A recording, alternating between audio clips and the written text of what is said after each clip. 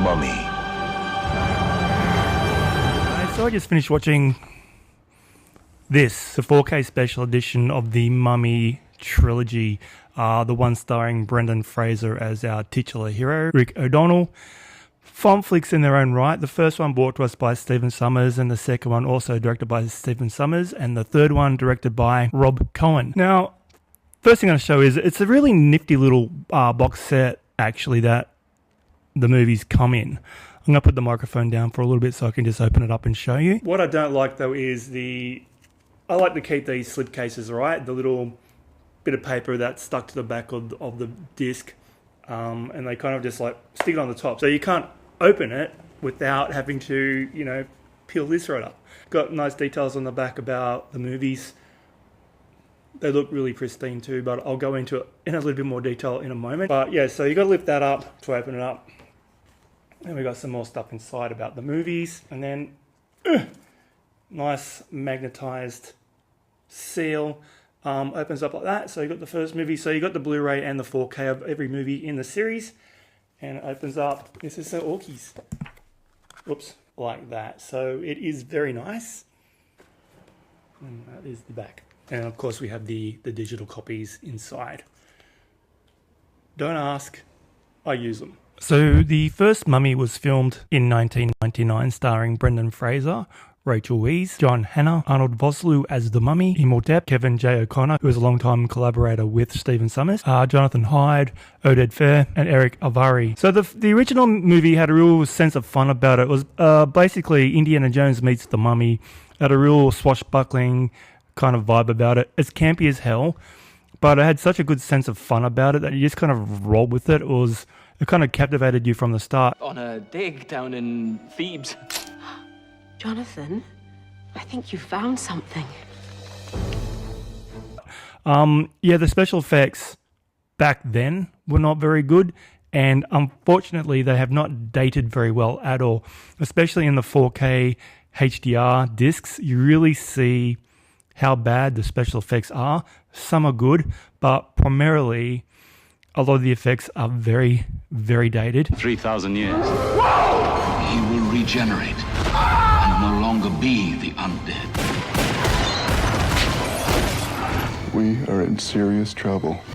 But you kind of go with it though, because like I said, the movie's really campy and has a real good sense of fun about it. So you just accept it for what it is.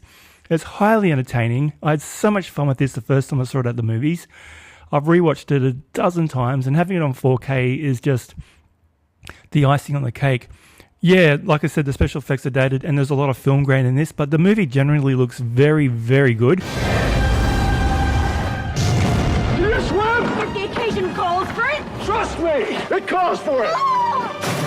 Like the HDR really kicks in the desert scenes. You got the really beautiful blue skies and some clouds and the desert landscape. Universal Pictures invites you His powers are growing. Run! This just keeps getting better and better. to experience the adventure It appears he's already chosen his human sacrifice. that will live forever. If he turns me into a mummy, you're the first one I'm coming after. It really comes up really nicely.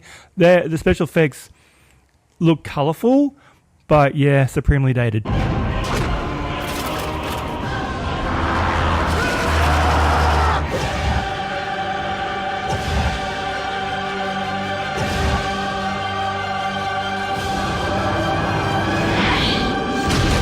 The Mummy.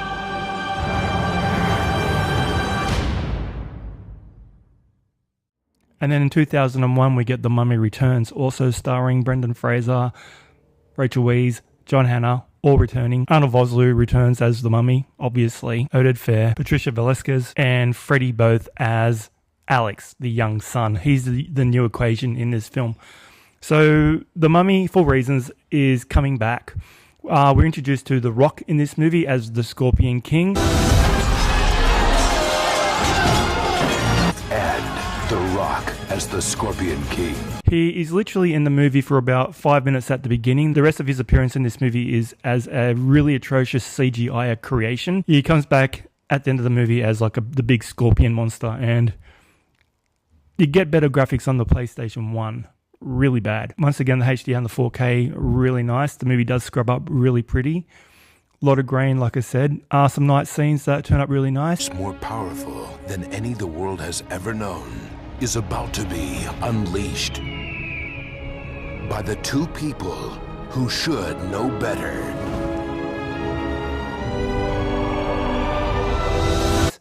But once again, the special effects are just a slap in the face. They were bad when it was released, and it really shows now in the 4K HDR, just really bad. The movie's not as good as the first one. Having the family dynamic I thought was a little bit odd. Freddie both as Alex was fine, but the movie as a whole was just a bit of a shambles. It's just not very good.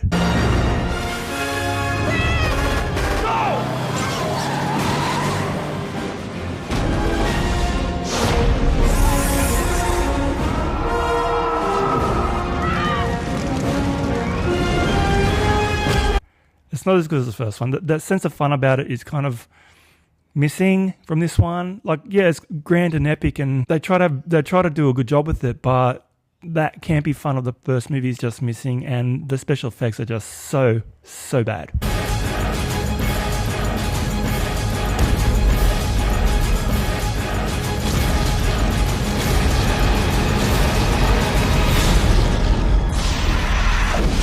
The Mummy returns.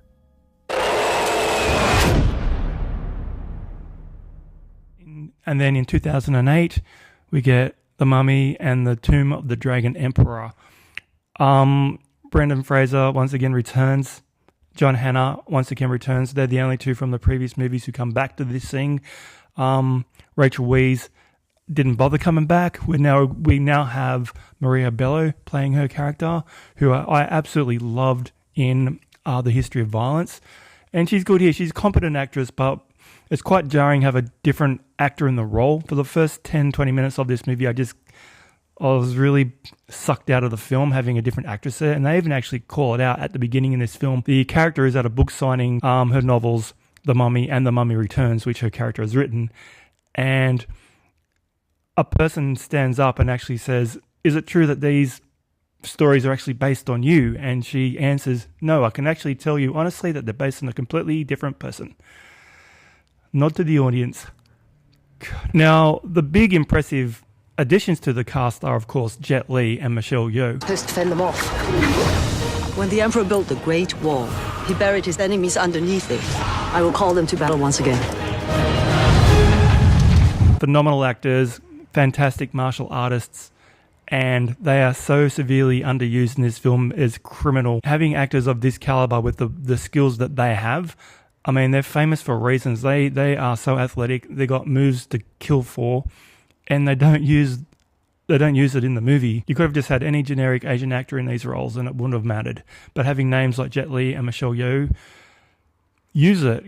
Get the fight scenes choreographed. Get them to choreograph the fight scenes, and you would have something at least worthy of a good movie. It would have been amazing to see them just go at it, because they've been in movies before, they've acted together before, they've fought each other before. Just such a waste. And also we have Luke Ford, an Australian actor playing Alex grown up.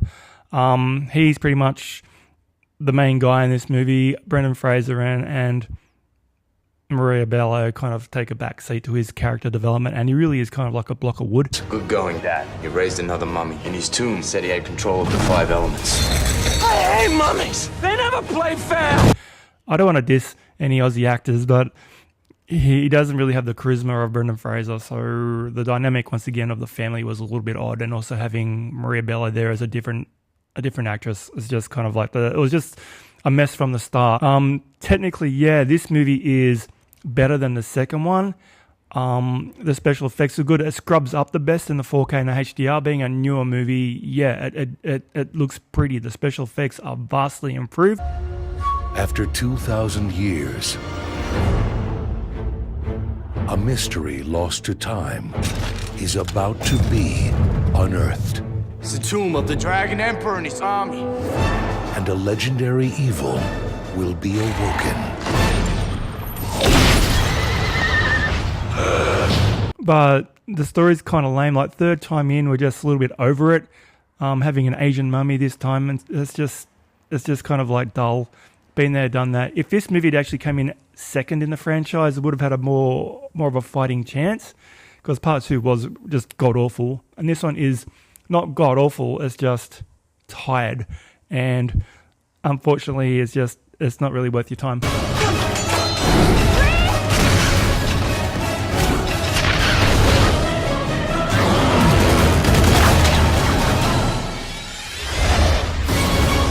The Mummy, Tomb of the Dragon Emperor.